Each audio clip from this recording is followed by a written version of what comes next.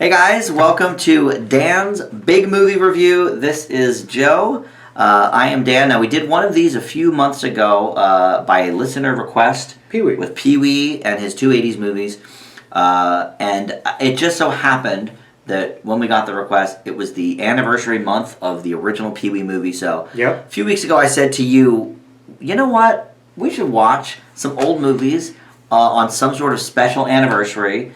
Pair it with another movie that makes sense, because we did the Pee-wee's Big Adventure and then we did Big Top Pee-wee. So for this month, we decided on the old Charlie's Angels. This is the 20th anniversary, believe it or not. November of 2000 is when the first Charlie's Angels came out. So I got a 2-pack with the Blu-ray, and so we watched Full Throttle as well. So we're going to talk about both of these Charlie's Angels movies. Nothing really about the 2019. You never saw it. Nope. But I'll give you my brief synopsis of it. But I know how you feel about it because you mentioned something. yes, many things. But this will be interesting. I've never seen either of these movies. I recently watched the show in full over the last, in like most of 2019, maybe a little bit into 2020. I was trying to watch an episode every week, and 5 seasons long. So Good morning, Charlie. I'm very versed in the Charlie's Angels universe, but I had never seen these movies. You had seen the first one. Yep. Not in theaters. No, VHS. Okay. Had it. I think I owned it. But never Full Throttle. Never Full Throttled. And that one Charlie's Angels movie, 2000, is literally pretty much all my knowledge. That's all you know. I know the bit with some of the scenes. Hello, Angels, Charlie. Yeah. They're spies. That's it. There you go. Okay. So, unlike some of our other shows where I really dive in with the background, we're not going to do a ton of that. A little bit here or there, but interesting factoids. Interesting factoids here or there, but more than anything, we're going to just dissect these movies. Sure. Like we did with the Pee-wee stuff. So I will say, for one thing, I do have the Rotten scores, both critics and audience, for both of these movies. I always like that. And for the 2019 one, by the way. Oh, no. I have Ebert's reviews for both. Okay. You're a big Ebert fan. I'm more a Siskel fan. I more align myself with Siskel, but I'm probably more of an Ebert fan. I liked them. And I also have the money that they made. So we'll talk about that. For a second, the promotional box office. I don't know why I couldn't think of the word box office. Like the box office that they made. Yeah, the box office revenue. But I was thinking like Charlie's Angels money. I'm an idiot. All right, so the first film, Charlie's Angels, #1, with Drew Barrymore, Lucy Liu, Cameron Diaz, came out November 3rd, 2000. And appropriately, there is fire in the background because they are hot. They're all hot. That's kind of what they're all very hot. Yes. So this had a $40 million opening weekend. Nice. Kicking out one of your favorite movies after 4 weeks at #1, Meet the Parents. 4 weeks is enough. 4 weeks is enough for that movie. So this movie made, overall in the States, $125 million. Sounds good. Which is good. It made $264 worldwide. Very good. And it was made for a little less than $100 million. So it definitely turned a profit. Good. Definitely, did well for these ladies. Good. So do you want to talk briefly about the plot of the... I guess I'll talk about the general nature of Charlie's Angels, because this follows really in the footsteps of the show, and as we learned really more in the second one, it's a sequel. Yes. It's all canon. In universe, And I read up a little bit on 2019, because I know I wasn't exactly sure where it fit in. That is also canon with everything. It's not a reboot. It's not a spinoff. It is connected to all of these movies, and same universe. The same gal that appears in the Full Throttle one from the original Charlie's Angels show, Jacqueline Smith. She also appears in the 2019 version. Oh wow! So she's cool. Really giving her blessing there too. So this is basically a new generation of angels. Yeah. As we find out, I guess in Full Throttle, really several lines of angels removed.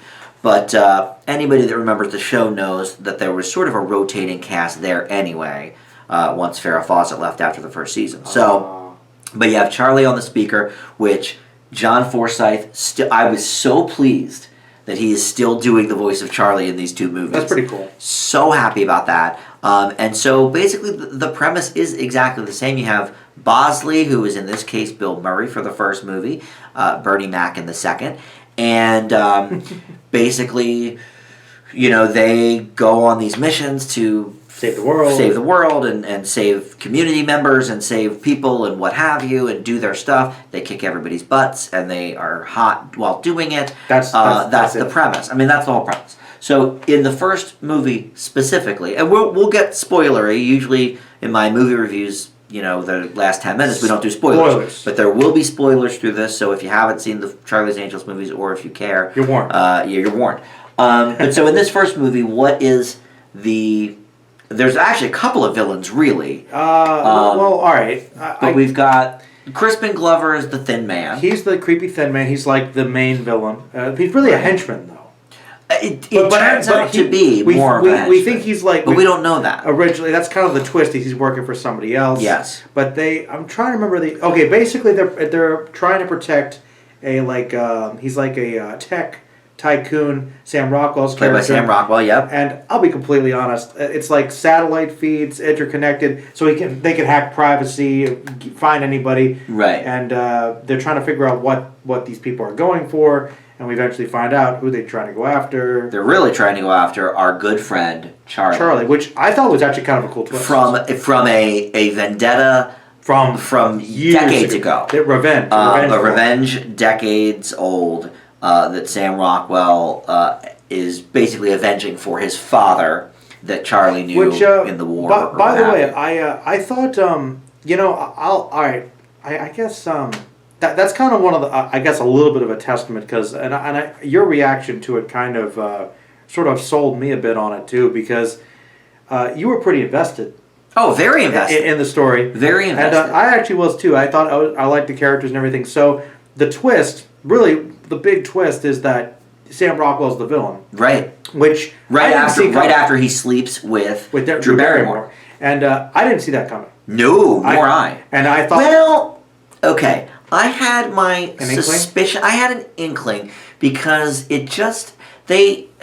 one of the classic plots in the Charlie's Angels TV show wasn't necessarily a double crossing in this way, but there were occasions where people were not who they seemed, and the people hiring them turned out to be something else. So I, it was sticking so much to the feel of the show, and right down to the intro, which I loved. I have notes on it.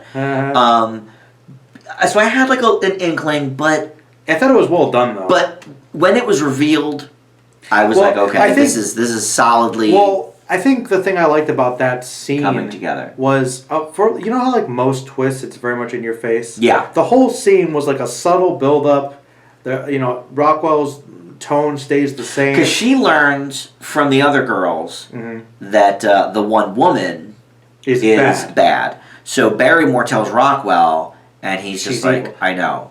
I know she's bad. And it didn't click for me. Like, wait, okay, it's like, what is she? Is he gonna like kind of play along while she's there? And then like the scene continues, the camera slowly revolves, and you can see Drew Barrymore's like figuring it out. It dawns on her. It's like a very slow build-up, and by the time I was like, wait a minute, he's bad. He's bad. Oh, okay, he's bad. Like it didn't. It takes a while to kick in. Yeah, and that's like just something for a twist is unusual. And she's played by Kelly Lynch, who we realized we hadn't really seen much of. She's about the only person in the movie we don't know. Yeah, actually. Every other person in this movie is an A-lister. I know. Tim Curry we didn't even mention yet, but Tim Curry was in it too. He was one of the contacts they're trying to figure out, because they think he's basically behind everything at first. Right. Because he's an evil, genius, multi-millionaire, supervillain type. And our buddy Tim dropped some knowledge on me. Not Tim Curry, but the other Not Tim Curry, but Tim that does the Disney videos with me. But he told me that Crispin Glover basically kind of created this role. It was his choice to go silent.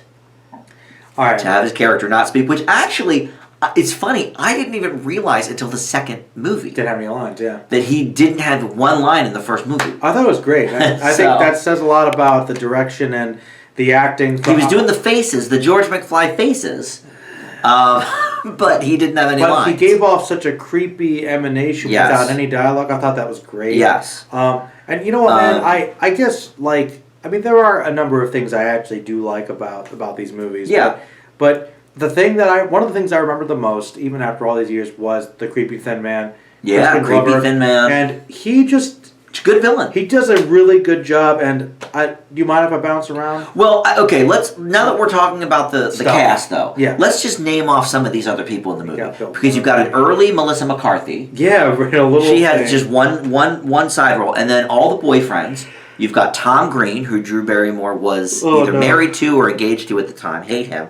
Matt LeBlanc as Alex's boyfriend. That's Lucy Liu. And then Luke Wilson, who is Natalie's love interest at the bar. Well, I love Luke Wilson. I do. I'm a fan. So he meets her at the bar. That's Cameron Diaz's character. And they have some great chemistry and a funny scene towards the end while he's on the phone. And then we also have LL Cool J in the opening scene. Oh, yeah. As like the secret... disguise, the MI... they do the Mission Impossible thing where she rips LL Cool J's face off, and it was it Drew Barrymore? It was Drew Barrymore. Right, okay. Which was great. So he was in it, and we see Alex Trebek. Rest in peace to him. Yeah. But he plays himself in, I think, one of the early scenes, right? Yeah. So, yeah, okay, so we are going to bounce around. Okay. But let me first, I'm just going to read you some of my notes. Please. And we can kind of talk about those. We'll follow your notes. I whipped out my phone so much in these movies, more in the second one, actually. Could you guess my favorite thing about it? In general? I would say the fight choreography is your favorite part. I'd say generally, I love... sometimes I'm a style over substance guy. Yeah. This movie's got so much style. I love the style, and if I had to focus it, I loved the choreography. The fights were. I think that was really one of the strong selling points of this movie. I thought a movie like this could have been so cheesy with that. Right. The fights and good on these girls, these actresses, and Crispin Glover. And Crispin Glover. Did so many. And obviously all their stunt doubles. But everybody involved, it was so well done. And it looked very, very good. Very good. It looked real good. Really good. Very little CGI. That's what I mean, looks-wise. So, all right, so the opening, loved the opening. Opening was cool. LL Cool J, Alex Trebek, they did a Harry Potter reference, which, by the way, is before the first movie. So they had it was, the books were out, the first couple, but, yeah, there was a Harry Potter reference in the opening montage. So they knew that was coming. That's literally like when South Park did the Jar Jar Binks joke 6 months before Star Wars premiered. That's crazy. That's wild. That's crazy. All right, so I love that. I loved that the intro was referential to the theme song of the show. I talked about that. How they talk about their backgrounds. 3 different girls from different backgrounds. Da da da da da. My name's Charlie. I mean, it was ripped right from the show. I loved that. Okay, so let's talk about McG for a second.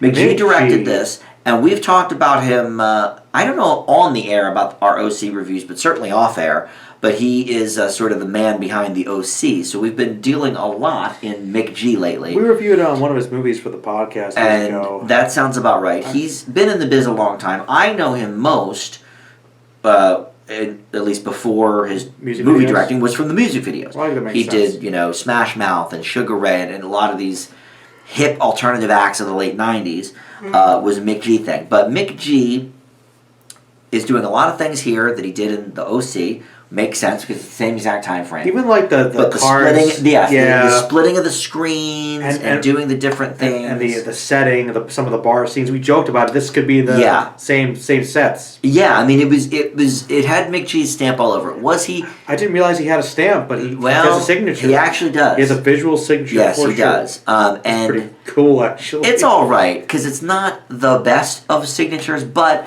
It was distinctive once we know the O's. It's like I could tell. Yeah. Oh yeah. Like that's the thing I want to say is, all right. But I think it worked for this movie. Like I think McG's style, I thought his style with the camera work, the stunts, the editing, it worked very well for this. Well, okay. So here's the thing. Here's the biggest complaint most people have about McG.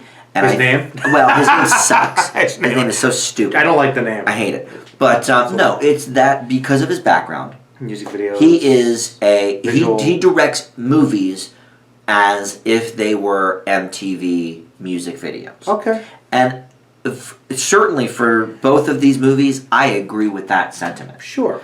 Now, I'm not going to say that's a negative. For this property, that's not a negative. I actually don't have a problem with that, to be honest with you. For other things, maybe. But, look, there's a lot of fast cuts. There's a lot of action sequences. It's very colorful. It's very bright. There's sexy women. But that's also the Charlie's Angels model. It's clearly basing it off the idea of the source material, so it's true to it. Yeah. So Charlie's Angels, the show, had an edict from the network, I believe it was on ABC, that said the girls must be, at least one girl per episode, must be in a towel, in a bikini, fresh from the shower. So, look, sex sells people. Charlie's Angels was on at the same time as Three's Company, and there was a sort of umbrella term at the time called Jiggle TV. And this is shows that had hot women, scantily clad. The women on Three's Company, you'll notice when you watch it, never wore bras. They frequently would be like exercising in the apartment. This, that, and the other thing. It was called Jiggle TV. People tuned in, and it got eyeballs. A different time. A different time. You can't really do it today. But this was before the Playboy Channel. Oh yeah, that's what I'm saying. On TV, this is the only way to see it. And so they got away with what they could get away with. But anytime in this movie, the first one I think more so than the second, you saw, because this was like a lot on the beach and that kind of stuff. Anytime you saw anybody getting, out of the shower, anybody in a towel, I just thought this is so classically, it's so reverential to the show. And I didn't think it was gratuitous.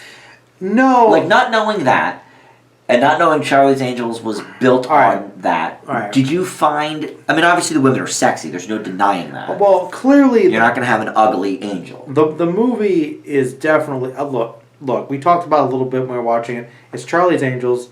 It's about female empowerment. Yes. Their sexuality is their power. It's one of them, yes. It's one of their powers. One of them. And the thing I like about the characters is they're not defined purely as women with sexual... right. They're not sexual objects, but they're using that as a strength.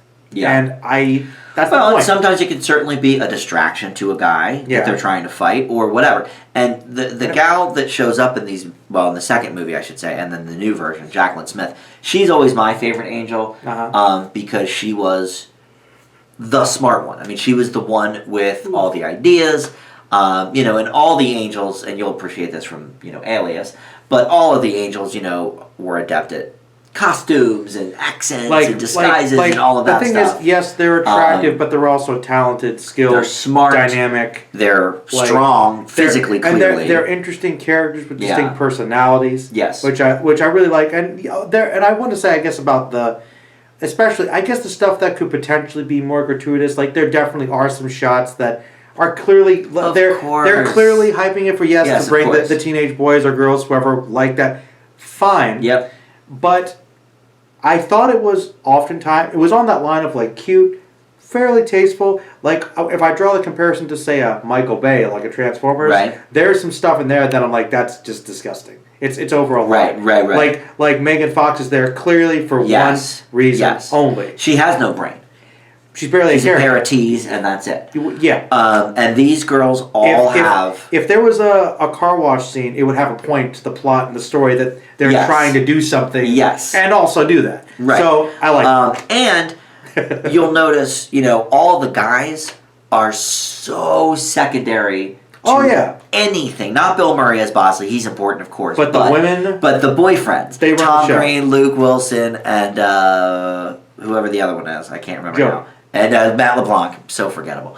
Matt LeBlanc are really... They're secondary... The window dressing. They're the nothings. Which is an interesting subversion because in many stories, certainly before this, the girlfriend's just the girlfriend. Yes. Doesn't add anything old school Lois Lane. Well, and that's correct. And in the show, they did not have... None of them really had...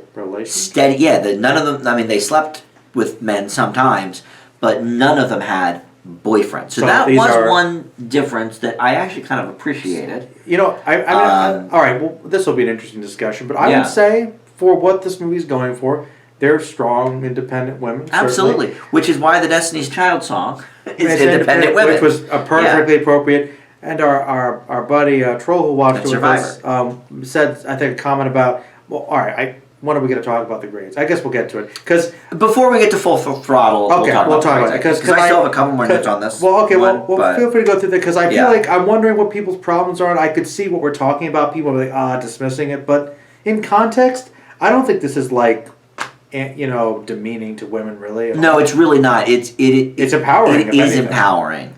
And watching the show last year, going through it, I kind of felt the same way. Like, it's a little gratuitous because it's the 70s, and the point was to they are show their sexy boobs. Women. We're trying to. Yeah, that's the draw. But they are intelligent women. They always get their man.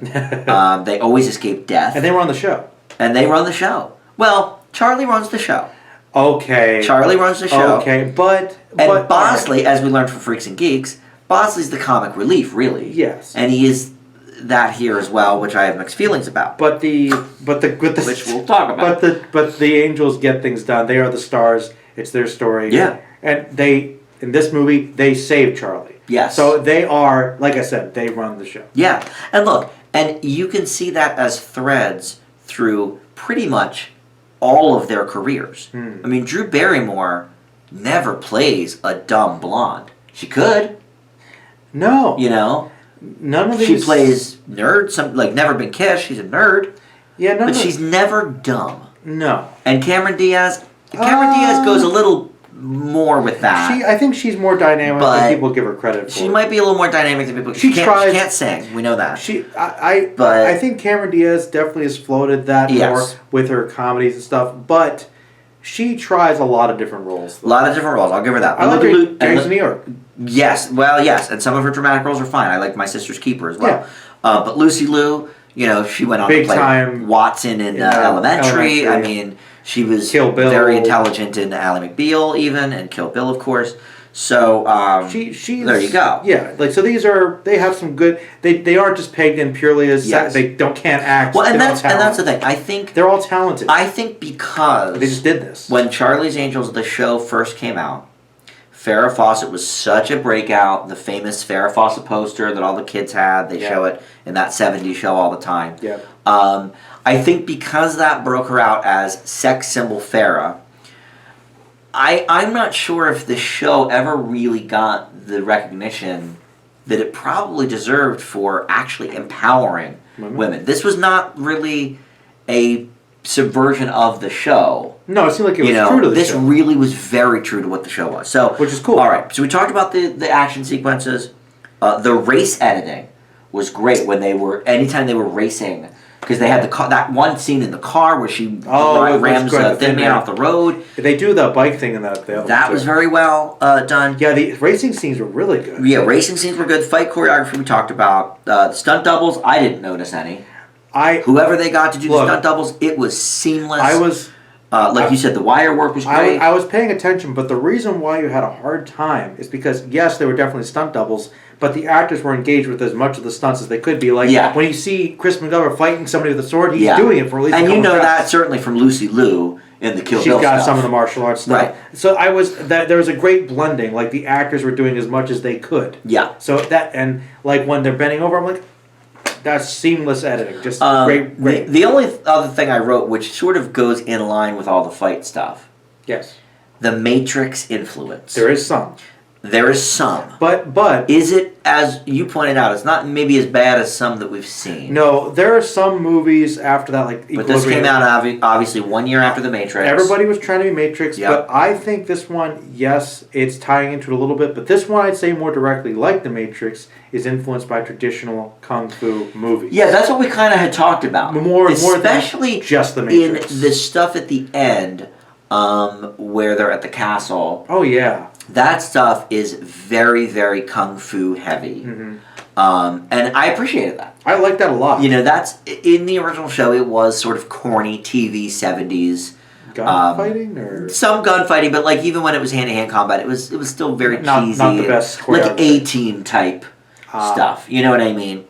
But that's what you did on TV. You could never get too bloody, you could never get too I mean, they killed people sometimes, but for the most part, they didn't. Usually, didn't have like a lot of big fight scenes. More was let's get him to jail. Oh, you're under arrest now. No fights. Right. Yeah. So here they definitely took that model and rammed it up a little bit. But yeah, the Matrix stuff I could have done without. There was some of it, but I don't think it was overkill. Not really. But we have seen that in other movies for sure. It's kind of like I said. It was impossible to be an action movie after The Matrix and not try to borrow something. And this one is one of the least offenders I've ever seen. Is that right? I've seen worse. All right. Oh, yeah, yes. I thought it was staring us in the face. A couple times. But I just didn't think it was that. I think it was integrated well. Yeah, I thought it was integrated pretty well. It doesn't stand out too much. I don't think it distracted me from the story. No. Or anything like that. So... all right, so before we do the grades and I'll give you the rottens and stuff, let's talk about Bill Murray for a second. You didn't like him that much. Well, I thought he was okay. But, so the guy that played the original Bosley, I want to say... Sam's favorite it's part. David something. I am going to look it up because I want to get it right. He's looking it up. It's David something, and God bless him. I don't think he's alive anymore, but he had another show on in the 70s that I liked. Okay. But, of course, it pulls up the movie first, because that's what I was just looking at. All right, Charlie's Angels, blah, blah, blah, yeah, Bill okay. Murray. Right, Bill Murray. No, so Bosley in the original one was played by... Oh, I forgot they did the reboot show. David Doyle. I knew it was David something. David Doyle. So, because I didn't know really a lot about that actor... It seemed like a genuine performance. It seemed like he was doing a Bosley. Okay. Sort of creating the character. Okay. Bill Murray is doing Bill Murray in Charlie's Angels, the movie. He's not playing Bosley. He's playing Bill Murray. And you might notice a pattern when we talk about Bernie Mac in Full Throttle.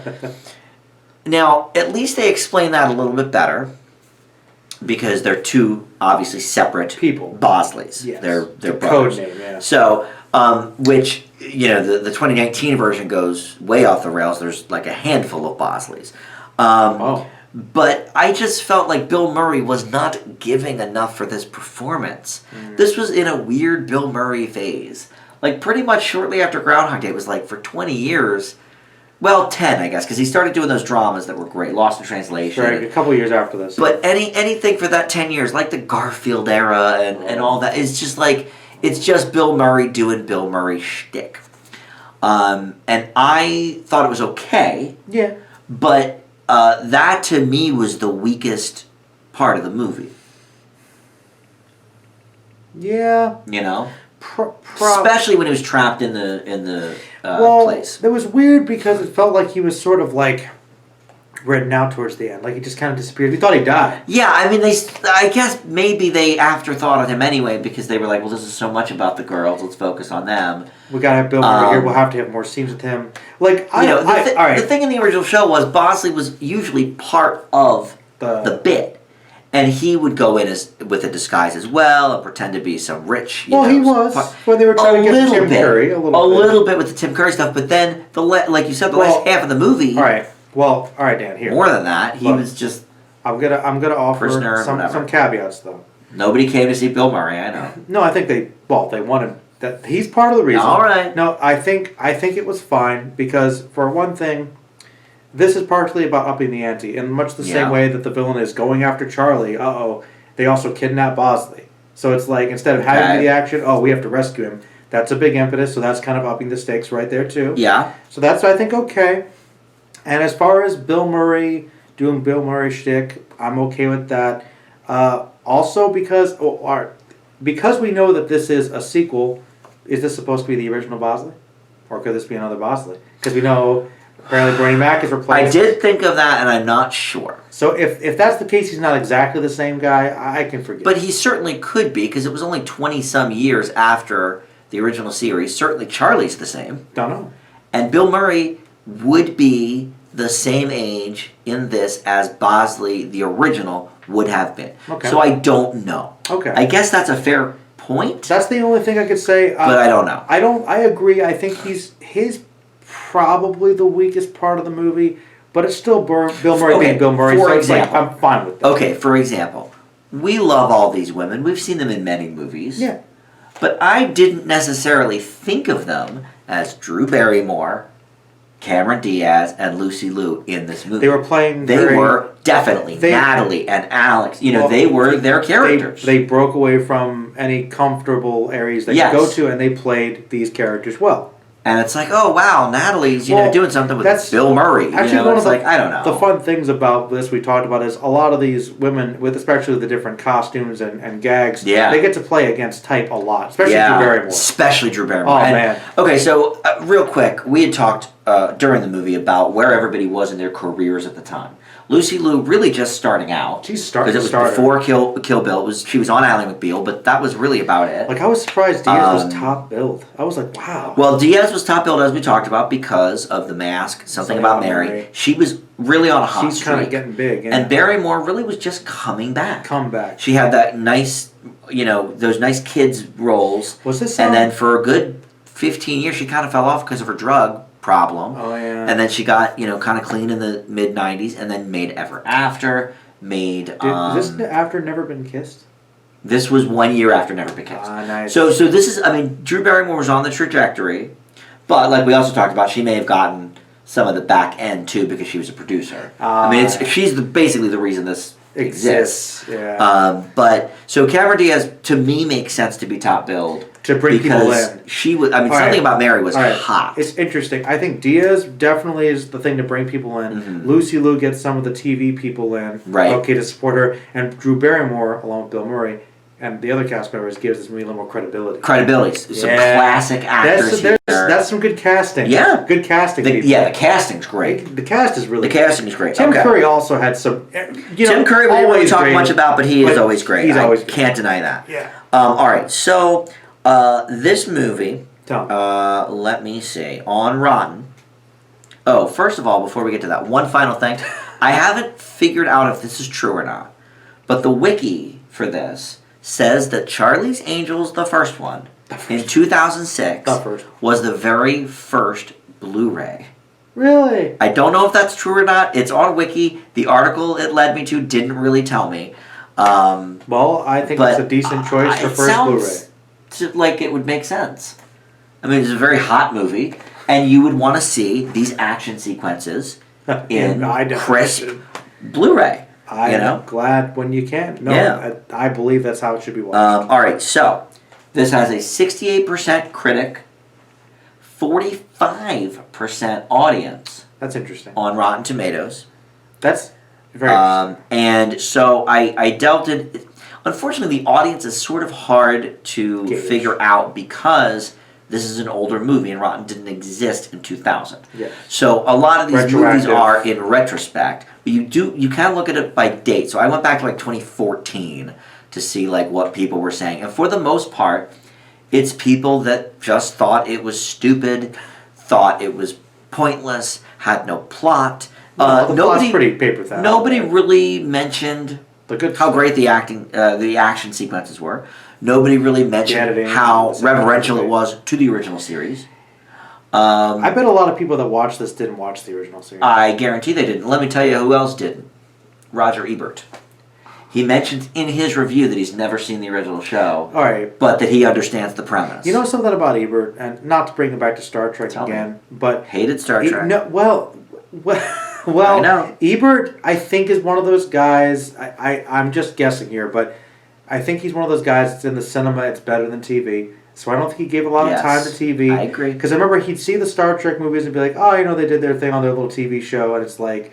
And by the way, he always... care for that. Things like Wrath of Khan was like a 3 stars or something.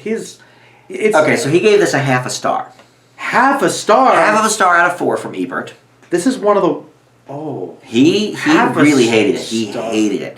What? So, all right. So, before we get to Full Throttle, let's you and I kind of talk about our grades.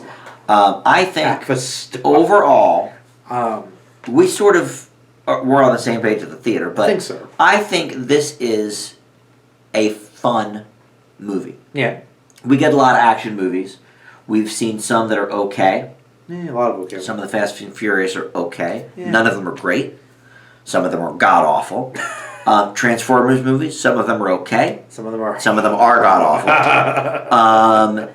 John Wick movies, mostly very good. Yes. So, action movies really run the gamut. There are not a lot of plot points here. You're right. It's pretty normal, but there's some interesting twists. There's some good character stuff. And there's a lot of villain work. I mean, there's several villains in this movie. Yeah, there's a lot of interesting and villains. they all get time to shine. There's some twists. Like I said, there's some good writing in terms of moving things along. Yeah. And the action sequences were great. There's very well shot and performed. And a lot of the chemistry, the actors is good. The comedy. I mean, there's some minor arcs for the characters. They're serviceable, but they're mostly fun. But they're there. I hated Tom Green. You know something? Hated that Tom Green. I'm not a big fan of Tom Green either, but him playing a weird guy, it was okay. Well, it was not. You said Bill Murray was the worst thing, and you know. I forgot about for the major characters. Bill Murray's the worst. For the major 6 or 7 people, Tom Green though is usually the worst in everything. I thought he was. He's like 3-second scenes. I thought it terrible. Was terrible. All right, so I have a lot to say about Full Throttle, so we should probably sort of move on. And get to our grades for this. Okay. But I think this is, for me, a B+. This is a fun popcorn movie. I mean, yeah, I can't really think of much negative about it. Half a star for you? Yeah. You and Ebert again? Like D. No, I had a great, I think just purely as a fun popcorn movie. Yeah. I think it is very enjoyable. And I think in terms of the artistry, the cinematography, the editing, we've seen so many. The fight choreography, costumes, makeup. It was a fun ride. It was such a fun. The ladies are having such a great time. The outtakes. Good outtakes at the end, of course. I like it. It's a movie that people are having fun making, and they tried to make it fun for the audience, and it worked. And you can tell there's some sisterhood here. There's some camaraderie here. Which probably speaks to the performances, too. Well, it does. And, when Drew Barrymore started her talk show in the fall, her first 2 guests were Lucy Liu and Cameron Diaz, because she's like, I've done every step of my career in the past 20 years with you guys in my ear.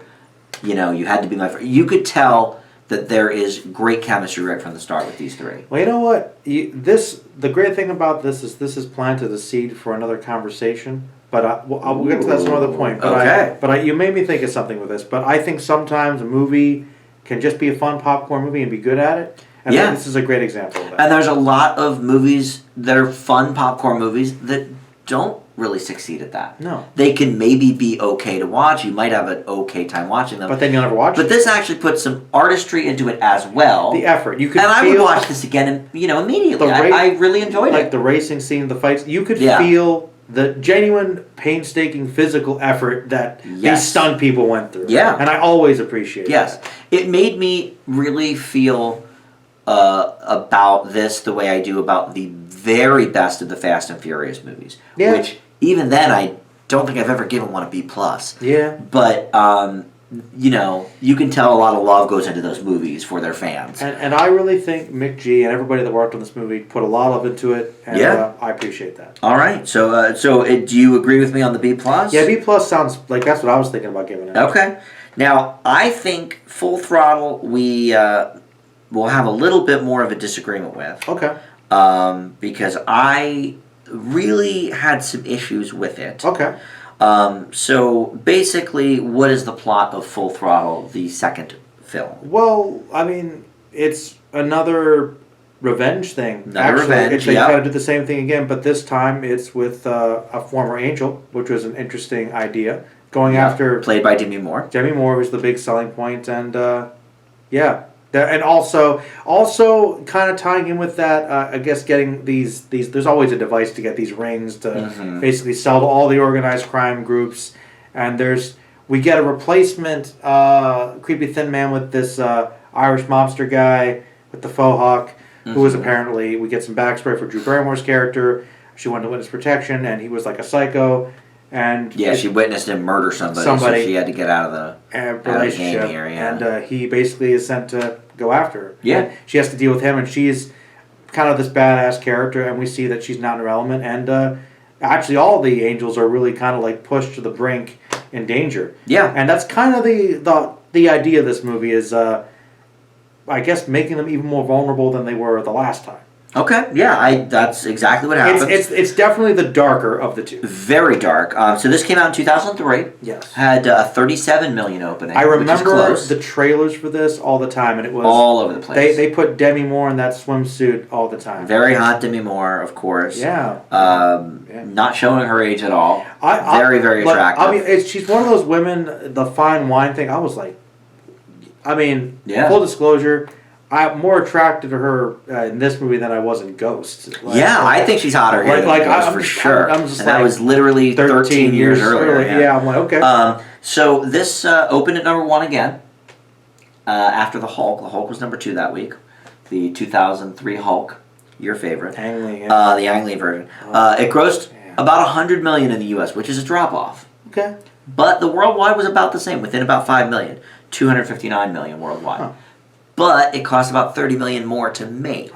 So didn't quite break. I guess it more than broke even, but wasn't as big of a hit. And apparently there was a 3rd and 4th installment that were signed off on. They were thinking, woo. And for whatever reason, just never took place.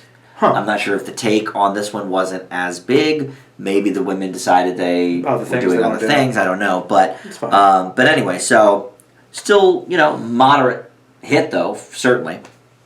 All right, so I have a whole list of things about this movie that I just oof. All right, so first of all, the CGI. CGI is a bit rough. CGI was used way too often in this version. Yeah. The 2000 version, hardly any really. It was a lot of practical stuff, a lot of wire work. Like it was interspersed and blended well. Yeah. The blue screens were just obvious. Not good. Some of the action scenes they digitize people, and it's pretty bad. Yeah. Now here's another one where, some of these are good notes, some of these are bad notes. I'm just going to read them off. No, please don't. So some of them are about the people. So Bruce Willis has a cameo in this one. That was interesting. That was very interesting. Of course, Demi Moore and him were divorced by this point, but they're still a minor secret cameo. Very minor secret cameo at the beginning. Gets murdered. That was kind of cool. Now I do have a little tidbit that I think is an Easter egg of the name of his character. Okay. Which is William Rose Bailey. Mm-hmm. So William Bailey is the real name of Axl Rose. Oh. So to give him the middle name Rose, William Rose Bailey, I think is a nod to Axl Rose. Probably. But I don't know. You might probably right. Did Mick G direct this one too? I think he did, right? I think so. Let me see. Yep, directed by Mick G. Had a lot of his style was still there. And produced, of course, by Drew Barrymore among them. What a guy. There are some similarities in style for sure in this. Yeah, definitely see. Okay. The drag racing. Very good drag racing sequence. With Pink. That was Pink. We played her song in it, and she was in it. And that's where we saw the return of the Thin Man. That was the interesting direction with him, yeah. Which we agreed they shouldn't have revealed in the credits. Oh, yeah. They should not have told us Crispin Glover was in this movie in the opening credits. That was... To me, that would have been a great... secret. Like that should have been a secret. And with the way it was revealed in the film, that would have been so... Oh, no, he's back. Because he didn't die in the last one. We didn't see him die. And I thought it was cool. And oh man, they're bringing him back. When we saw his name, we were excited. But they really should have saved that. That would have been cool. It would have been so cool if they I agree. That would have been awesome. I agree. All right, so upping the drama. Okay, so you mentioned this. This one is definitely darker. Definitely, yeah.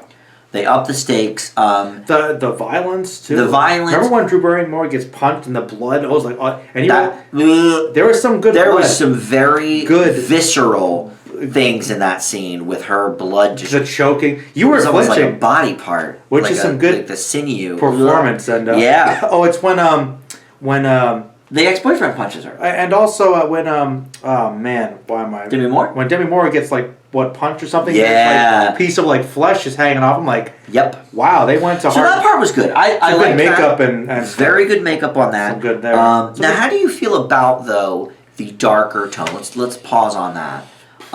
Because one thing you said to me while we were watching it that I thought was good is that, look, at least they're not doing the same movie again.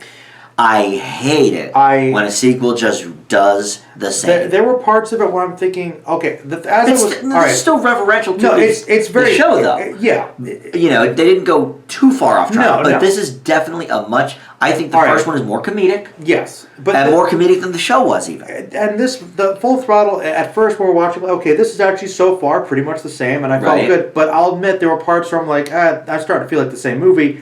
Then they start taking the dark turn, I'm like, well... Yeah. And you know starting with that drag race, really, or the motorcycle race. And I generally prefer, or at the very least, will give a sequel credit for not trying to do the same thing.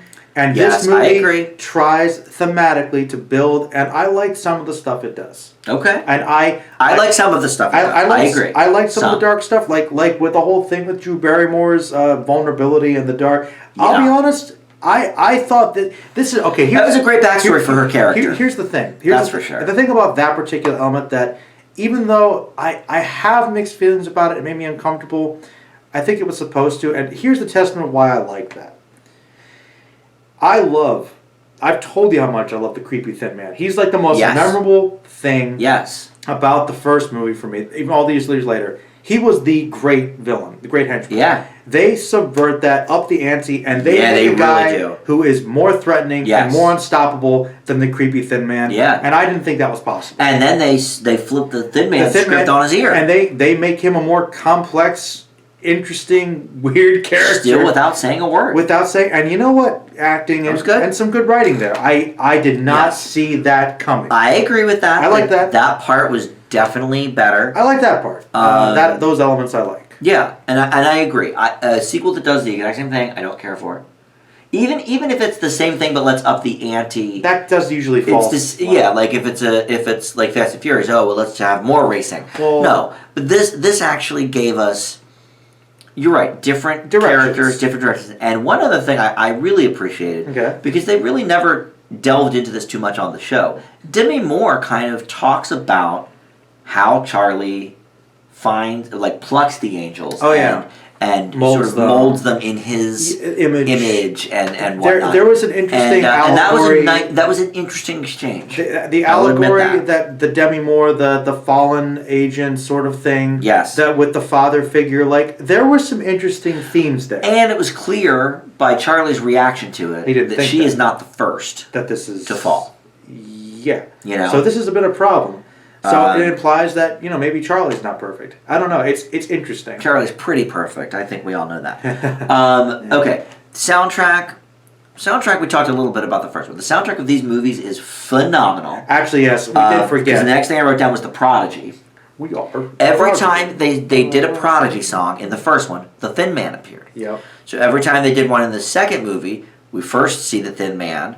But then the second time they played the Prodigy, they didn't show the Thin Man, and you were like, well, right, that's because he's not the villain anymore. It's this, and sure enough, then the other dude appeared. I was like, okay, they're still keeping with the themes. So that was good. But the soundtrack kicks butt. Excellent. Oh my god! Like the rock, the techno. Yes, I loved all. Let me just go back to the first movie. Dude, here. It opens with Korn. Well, it opens with Korn, one of your favorites. Blind. I mean, one of your favorites. What? Okay, so first of all, it's a great stuff. Half the music isn't even on the soundtrack because there's so many great songs. But the soundtrack is "Independent Woman" by Destiny's Child, and then they go back to some of the '80s stuff that's in there. "Baby Got Back," "Barracuda" by Heart, "True," "Turning Japanese," "Brandy," "Groove Is in the Heart." Okay, then songs that aren't even on the soundtrack, "All the Small Things," "Blind," "Live Wire" by Motley Crue, "Wake Me Up Before You Go Go," "I Love Rock and Roll," "Angel in the Morning." What a great group of bunch songs. of Prodigy songs, "Power of Love," "The Humpty Dance," "Song 2" by Blur.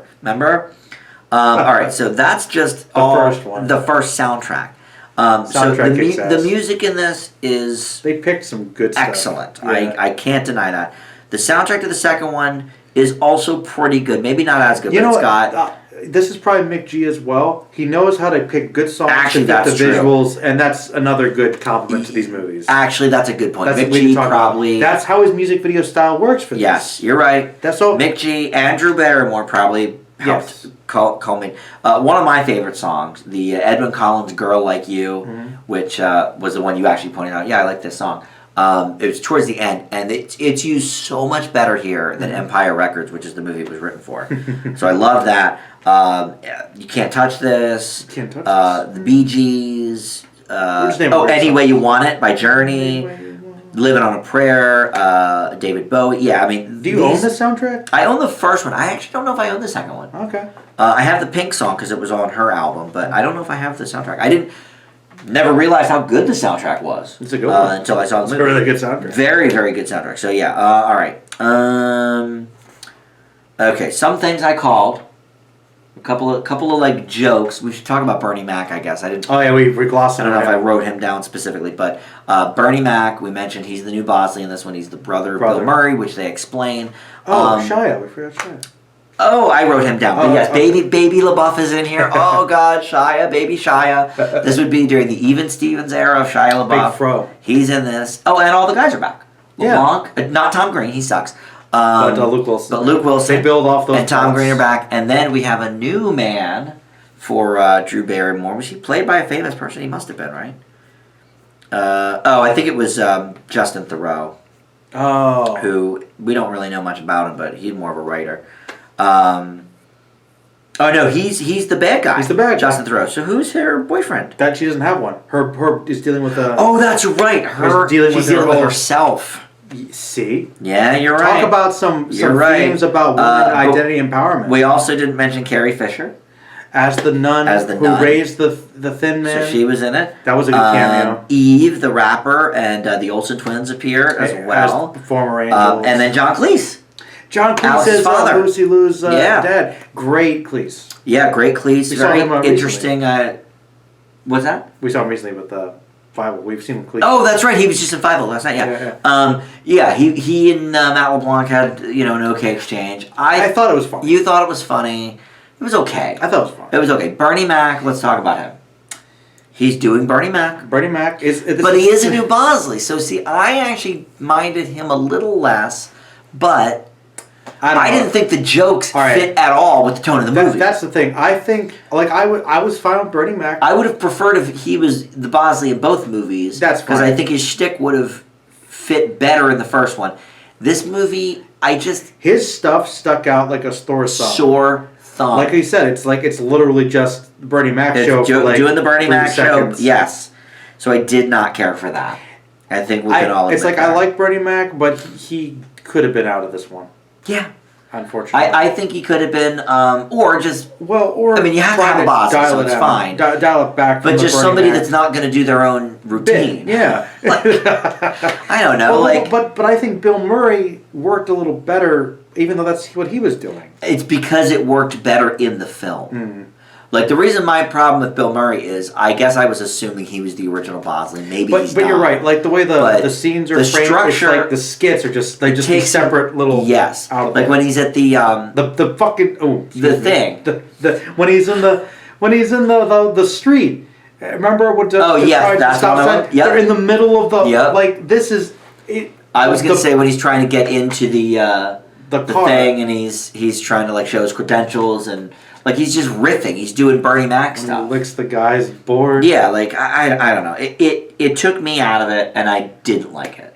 I like Bernie Mac. Hey, you know what? We got to... I'm going to... He did a great LaBeouf movie with Transformers. I'm going to try to bring up the Full Throttle love. I loved the CSI bit. That was good. That was pretty cool. That was very good. We heard the Who in that. That was pretty good. That was early on in the movie, before we really got to a lot of the serious drama. But that was a good part. Yes, that was a great part, because it fit with the tone of what was happening. Yes. Yeah. And Bernie Mac's Bosley was new, so they were kind of like teaching him the ropes of, like, this is what you have to do. Like, that was fine. Sure. More horrible CGI. Yeah. Okay, I hated that when they got shot towards the end. Oh, that horrible blue screen. That whole scene when they're flying through the city at the end, that was laughably bad. Horribly with that. Some obvious setups. They're flying with the weird cape. That was bad. That was really bad. Now, okay, here's one positive. Oh, okay. The Kelly Garrett cameo from the original Jacqueline Smith character, Kelly Garrett in the original Charlie's Angels. For some reason, not in 1. Yes, actually, it was just like Tijuana. It was okay. Oh, I That's did write that down. connection. So the OC, we were joking that there's a shared McG universe because it seemed exactly the same exact bar that we just saw Marissa in the OC, and they were in Mexico. Yeah. So we were kind of joking about that, but it could be honestly The McG stand. But I liked that they finally made it apparent that yes, this is the same universe and not a reboot. This is a continuation. This is canon. Here is one of the former Angels. It was a good scene too. It was a great scene, one of my favorites in the movie, and it really did make Drew Barrymore consider what she wanted to do and all that kind of stuff. And I know you didn't like it, but I do like that she threw the guy into the jukebox. That was a good stunt. I know you didn't like that it would destroy the music, but I hate it when they destroyed the record. But it was fine. It was a good stunt. For practical purposes, yes. Yes. All right, so that's I guess my negatives and all that. Well, we didn't cover. What else do you want to talk about? How do you Baby feel? LaBeouf, amazing. Well, he's fine. I like that they interwove the adoption thing. He's going to adopt him. Yes, actually, and I like that they really showed sort of the history of the Bosleys a little bit. That's fine. What did you think about Demi Moore as the villain? Oh, okay. Let's talk about Demi Moore. Because I liked her. Yes, we talked about her CGI only. As far as the character, and I know the acting, she was hamming it up a little. A little, but not as much as I thought she would. I thought she was intimidating and an interesting, cool villain. I think one of the reasons I never really sought this one out, other than that I didn't see the first one, is that you're like a Moore fan. It seemed kind of Ghost. I love Ghost. Other than that, Few Good Men.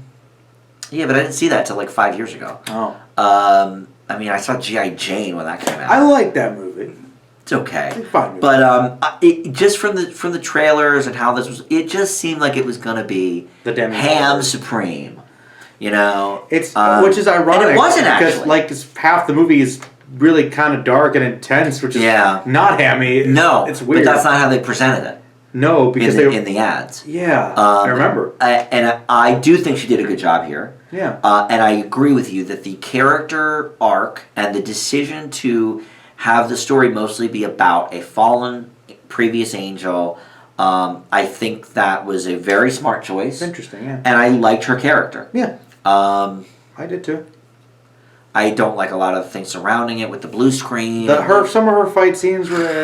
the choreography is way down in this than it was in the first one. There are some good scenes, but the thing is... The racing was good. The racing was good. But the fighting is not nearly as good as the first one. I think they were cutting back. I have a feeling Demi Moore didn't want to do as much stunt stuff. That could certainly be. I think that was the issue. And I think the story is lesser for it. Much more gunplay here than actual fighting. Yeah.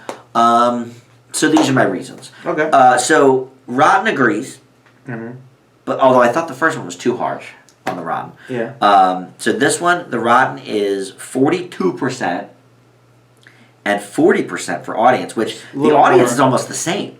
Well, I can understand that. I can't. This is not as good as the first one. No, but I don't think the discrepancy is that huge. But the discrepancy from critics is 68 to 42. So the discrepancy for the audience is only 45 to 40. Audience is really almost the same. I don't think that's correct. Critics may be a little harsh, but here's the oddity. Ebert, 2.5 stars for Full Throttle. Loved it. Movie of the year. What is Ebert doing anymore? Like, I know he's dead now, but what in his later years, what was he thinking? Well, look, having read a lot of his stuff. He loves the Bernie Mac joke about the McRib, by the way. He pointed that out in his review. That it was a great joke that he said the Irish Mafia invented the McRib. That was a real standout to Ebert. Look. It stood out to me as Ebert, this doesn't belong in this movie. Ebert is a weirdo. Ebert. I don't know what to say. All I know about Ebert is, I mean, I don't know. In his early days, he was really hardcore. It was very harsh. Yeah. And towards the end of his career, maybe after Siskel died, he started having a little more fun. Maybe he was like, you know what? Maybe. He was probably a little too harsh on the first movie because that makes no sense. A half a star for the first one and 2.5 for this makes no sense.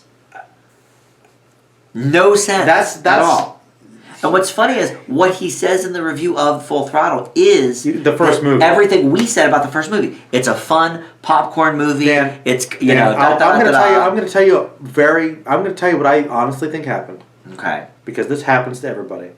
Roger Ebert, second chance. When he was watching, he probably went into the fresh mind and thought about it. When he saw the first one, he was probably having a bad day. Something was going on in his life, and he just said, "Screw this movie." Yeah, I don't want to have fun right now. It's a write-off. It's a music video movie. Yeah, he's not a real director of TV. Boom. Maybe. And he had more fun, and I think his leanings were probably more where they should have been originally. I agree. So I don't. 2.5 stars to me seems more reasonable for the first movie. Yes. And then I wouldn't flip them. This does not deserve a half a star. Neither of them deserve anything near that. No, I think his great. But that's a weird. It's weird, right? I honestly, weird.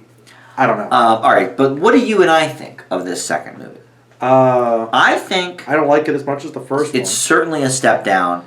I thought it was mostly enjoyable though, but it was taking chances, which I liked. I will admit, the taking chances bit does make me want to raise it just a smidge. Like if it was exactly the same as the first one, I agree with that. I wouldn't be as impressed. And to be honest, most of those chances are the good things about the movie. Well, look, the bad things are the CGI. The CGI I didn't like. The choreography and the fight scenes are not nearly as engaging. Bernie Mac, I don't think belongs in the film. And I think for the second movie, I liked a lot of the drama, but I thought that the pacing was not quite as good as in the first one. How about Luke Wilson again? I like Luke Wilson. Funny again. He's funny. I like that they built off his art with Cameron Diaz, and I like that they proposed that. It was good. Cleese was okay. Cleese was fine. I mean, he was good in it, but like it was such a basic joke. It was sort of it was a basic joke that went on then for like 4 scenes. I kind of like that they kept going with it. You liked it, I know. I know. That's my inner 12-year-old. My original grade for this was a full letter grade down. A C+. I think this is still an okay movie. Okay. I think there's too many bad things about it, though. Okay. That the first one had way better time with. Okay. Specifically, the fight choreography, and there was not hardly any CGI. They did more Matrixy stuff, which was whatever. Yeah. I have mixed feelings about it, I guess, but here it stuck out like a sore thumb, as did Bernie Mac. So I think a C+ is fair for this movie. Okay. I think maybe the critics were a little too harsh on it. Probably. But what do you think? I think that this is very much in the same camp as the first movie. Okay. I like the fact that it definitely has some issues. The CGI was my least favorite part, but I got kind of some enjoyment out of it because it was still cheesy in a bad way. Yeah. So it didn't really detract too much for me. The thing I think it's a little too dark to really be called like a popcorn movie. Maybe. Like the first one. And I think that the writing with the Thin Man was really cool. I thought the writing for Drew Barrymore's character was cool. I agree. The character stuff is what the fight choreography with the fight with her and the evil ex-boyfriend and his thugs. That was a pretty good scene for all the angels fighting wise. And the gore effects. It was actually. So honestly, I feel very comfortable giving this a B-. I think it's not that big of a step down. Okay. It still was a pretty fun time. Well, look, like I said, I agree that your comments about at least it's doing something different does make me want to raise it a little bit. Here's the thing. I do like the character development. Bernie Mac. The thing just stuck out like a sore thumb. Bernie Mac's okay. He's fine. The thing is, I remember you sitting there, and when Drew Barrymore was almost getting killed, you were there feeling it. You were in that moment. I was upset. And to be honest, to have that, you had that in the first movie, but you were so invested, and it carries through to the other movie. That's doing something pretty well. I do love Drew Barrymore, though, in general. Maybe that's also it, too. When she gets hurt, it bums me out. But, no, I think the villain was really... I liked what they did with the villains in this a lot. And, I don't know, the expansion story... The darkness worked pretty well, which, honestly... All right. I think it'd be hard to do. I do like they brought the Thin Man back. Why did they have to put his name in the stupid credits? That's the worst thing about it. The worst thing about it. And you know what? I like that he squealed a lot when he was a kid. Yeah, that was all right. That was funny. That was all right. That was some funny stuff. Like I said, I definitely think the first one's significantly better, but I'm kind of giving this one a bit of a bump because I liked some of the interesting aspects. C plus is fine. I think I'm sticking with my C plus. Okay. You're making some good points, but I think the first one was just better done in a lot of ways. Well, to be honest with you, but I like some things about it. Well, you know what? Okay, actually. Well, if you want oh yes, I always want your real opinion. Well, I would give it the first movie if I probably an A-. I thought it was actually amazing. I'm going back. Oh well, then that makes sense. Then if this one's a B-, then it would be a full step down for you too. Yes. But you see, I'm thinking to myself, is that a real good grade? Because I don't think that Charlie's Angels is that excellent, but the artistry, I don't know, man. Well, I'll tell you what, I don't think it deserves an A-, but I don't either. I'll tell you what, Jacqueline Smith coming into the second one on the line from the original show, that was pretty good. I liked that. All right, you know what? I'm still going to stick with my C+, but I would watch it again. Like a C+, I would watch again. Like, I'm right there with you. I think I just liked it a little more than you did. I think, okay, to use Fast and Furious again. Okay. As we always do. There are definitely at least 2 Fast and Furious movies that I think are better than Full Throttle. I don't think there's any Fast and Furious movies better than that first one. I think a full grade, letter grade down is appropriate. Yeah. So if you give the first one an A-, I think a B- is fine. I give it a B+, C+. I have enjoyed. I don't think I have definitely enjoyed this Charlie's Angels more than any Fast and Furious movie I've ever seen. Yeah, certainly the first one, maybe even Full Throttle for you. Yeah, Fast 5 was good. No. I liked Fast 6 quite a bit. 5 and 6 I think are the best. I liked those. And 1's good. I liked those better than Full Throttle. They're probably both B's for me. Okay. So I think this is a little below that B-. All right, and I think that's fair. I think those are completely fair grades. I'm just saying your C+, I'm fine with. Well, let me tell you about the 2019 one very quickly. Yeah, please. Should I watch it? No. 52% for critics. Okay. 78% for audience. What? My grade. Now, granted, I saw this before I saw these 2 movies. I saw it when it first came out in theaters. Okay. But I had seen the whole show by then, or at least most of it. Okay. I gave the 2019 Charlie's Angels a C. Looked like a C. And when I did my top 100 grossing movies of the year at the end of 2019, I said that it is the most completely average film in every single way of 2019. Jeez. It was okay. I might watch it again because I liked the Charlie's Angels series. I'm curious about it. And you might want to watch this because Patrick Stewart plays a pretty big role in it. Well, I like and Elizabeth Banks' direction was fine. Look, it was completely fine. I like the one girl. Was it Kirsten Stewart or Kristen Stewart? From Twilight. Yeah, I like her too. She's good. One of my big issues with it was, and I'm not going to go off on too much of a tangent, but I don't think it was quite made in the same spirit as the series, which these movies are. Okay. I think it's made more for girl power than anything else. And that's okay, but you also need a strong script to go with it. And it was just so underwhelming in every way. Can I ask you this? Because that was my initial impression from the little I saw advertised of the movie was that it just didn't look like it was very fun. No, and these girls are having so much fun in these movies. And you can tell it's oozing off the screen. And it didn't seem that was the case in the new version. And when I think of Charlie's Angels, just based on the first movie, I was like, I just think fun. And when I saw the new one, I'm like... the series was fun. Yeah, I think, yeah. The series was an hour-long action drama show, but it was fun. In the same vein as A-Team, actually. It was fun, yeah. It's fun. Check your brain at the door, you have a few laughs, and you watch some stunts and enjoy it. Yeah. One was in a bathrobe. The new movie, right? The new movie. Oh, they got to find the villains at the country club where they have the steam room. Okay, I guess we'll go. It's like that was like every third episode, but look, that's fine. Undercover in the steam room. Yeah, there was just the new one just wasn't fun. Didn't look like it. So anyway, so that's gonna do it for Dan's big movie. Now next month, we've picked one out already. Yeah.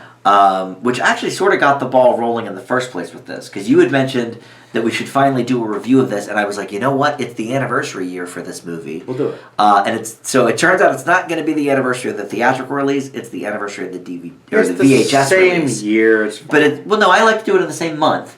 But we're going to do it on the month of the VHS release.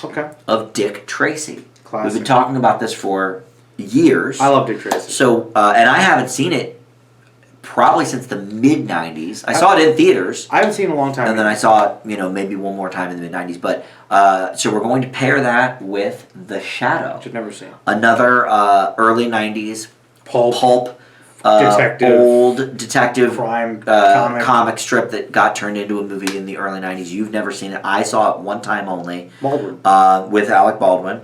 And so that will be interesting. However, after that, up to you. I would love to have some viewer input on what anniversary movies, and it could be. We just determined that it had to be a big anniversary, like a 10th, 15th, 20th, 25th, 30s.